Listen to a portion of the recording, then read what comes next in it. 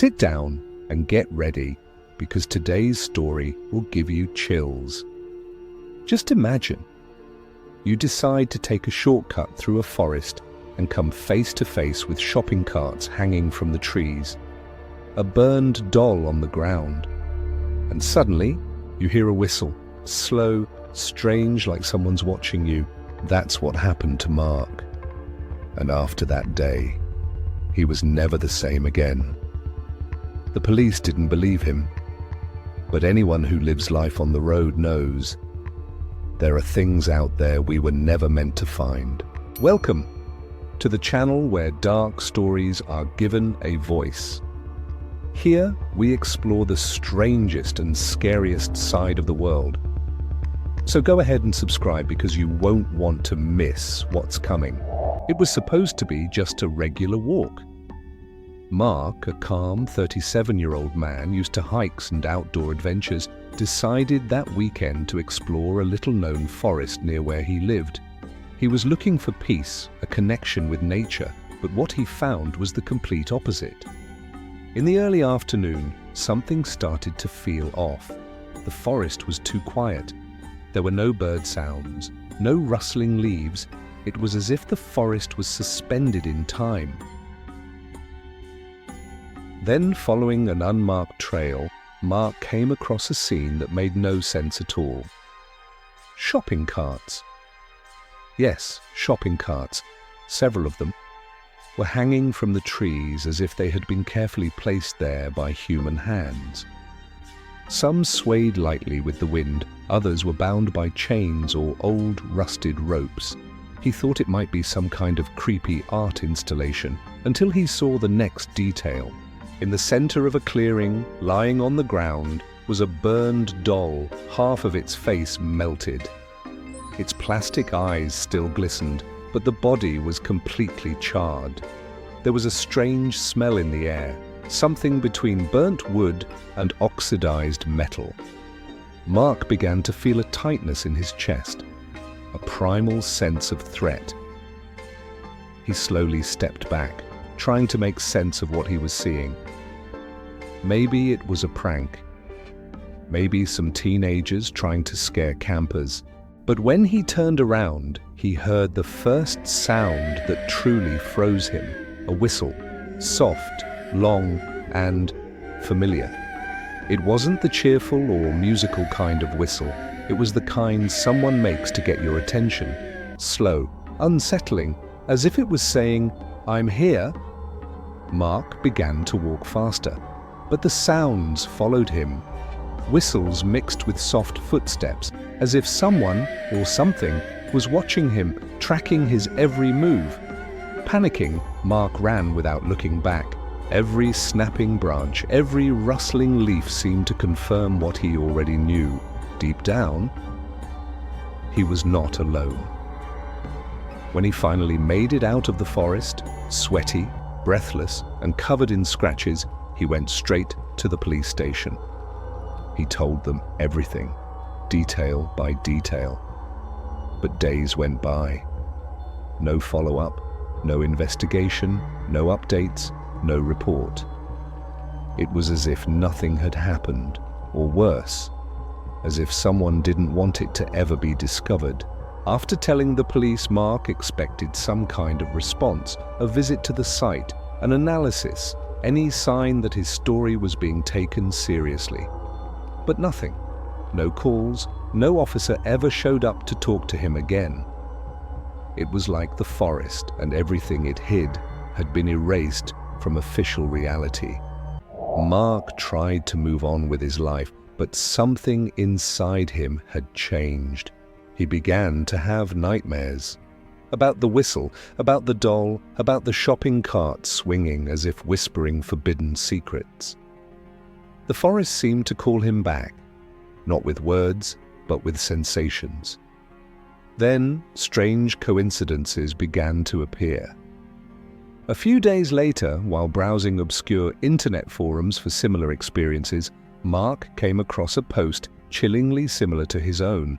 It had been posted 5 years earlier by an anonymous user. "I walked into a remote forest and found shopping carts tied to the trees.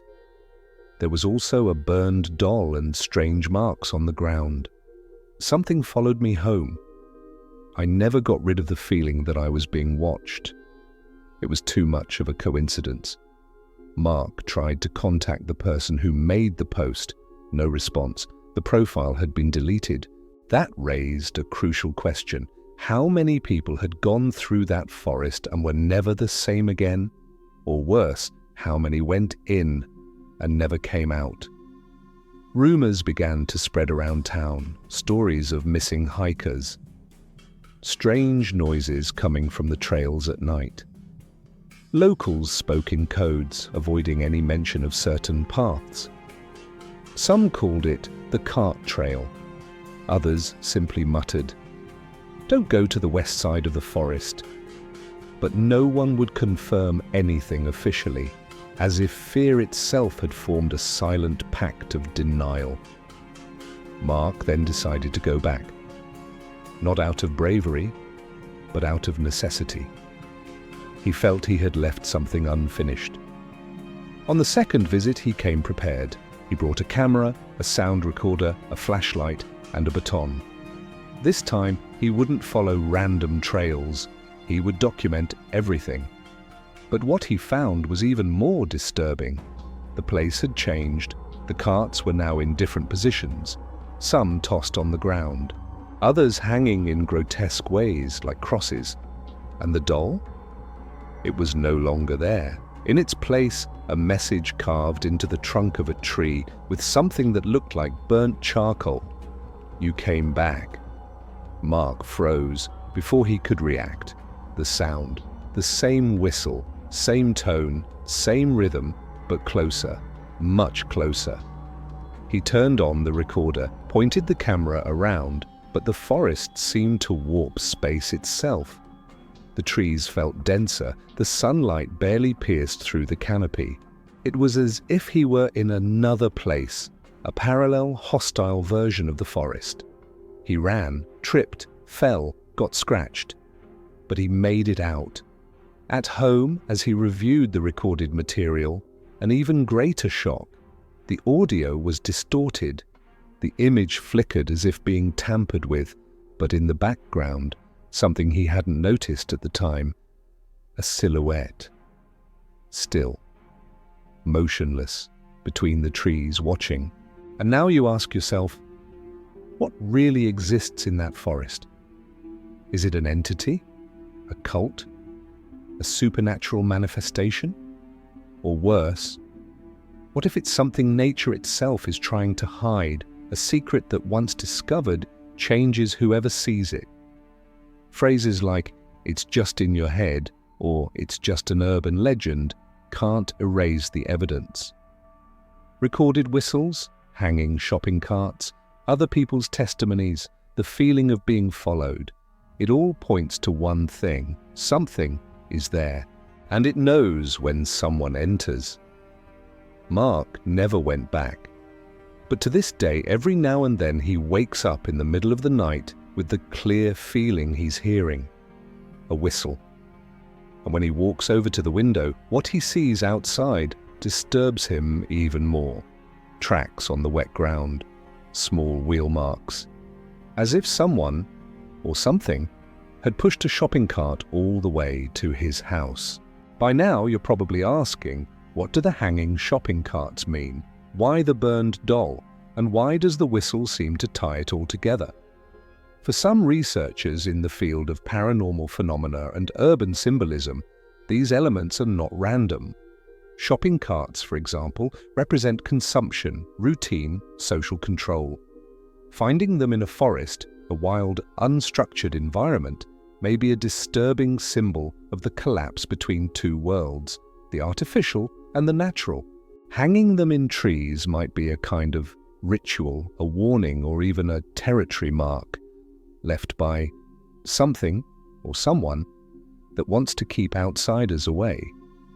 As for the burned doll, it points directly to lost innocence. Psychologists who have studied similar cases suggest this type of image serves as a psychological trigger that provokes primal fear. It's as if it's saying, your protection is gone. Here you are vulnerable. And the whistle? Curiously, whistling sounds appear across many cultures as spiritual warnings. In Latin American folklore, for example, there's the legend of El Silbón, a whistling spirit that precedes tragedy. In Mark's forest, the sound felt intelligent, deliberate, like it was communicating.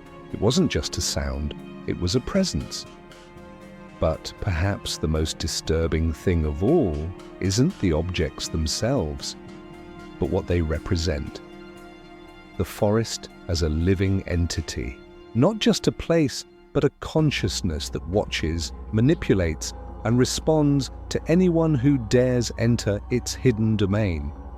Researchers of unexplained phenomena often report that certain places carry what they call residual energy. When intense events, such as rituals, trauma, or death, happen repeatedly in the same space, it absorbs part of that energy. And over time, that place begins to exhibit its own behavior, as if the forest in question had developed an identity, a pattern of defense against intruders. A darker theory speaks of parallel dimensions, places where reality seems to fail, presenting anomalous physical behavior, unexplainable sounds, and changes in the perception of time and space. Many believe the forest Mark entered is one of these points, a rift between worlds where human rules no longer make sense. And if you still think all of this is just superstition, it's worth remembering. In 2019, a group of urban explorers in the United States documented a nearly identical place. Hanging baby strollers, burned objects, and recordings of similar whistling sounds. None of them ever slept normally again after that visit. One of them disappeared months later, and to this day has never been found. Coincidence, or part of a global pattern of places haunted by something far beyond our understanding? Mark's forest may be just one of the entrances, but what exists inside might be something we were never meant to understand. So, what really happened to Mark in that forest? The most honest answer is no one knows for sure. But the elements you've followed so far point to something far greater than mere coincidence or isolated hallucination. Mark was deeply affected, not just by the bizarre images he witnessed or the sounds he heard, but by the constant feeling that something had chosen him and is still watching. He tried to move on with his life, tried to forget, tried to convince himself that everything might have been just his imagination. But the evidence, the distorted recordings, the similar reports from other people, the strange markings on the ground, all insist on a single idea. Something exists in that forest, and it does not want to be discovered. When we look at the case in a broader sense, we realize that Mark's story isn't just about a haunted place.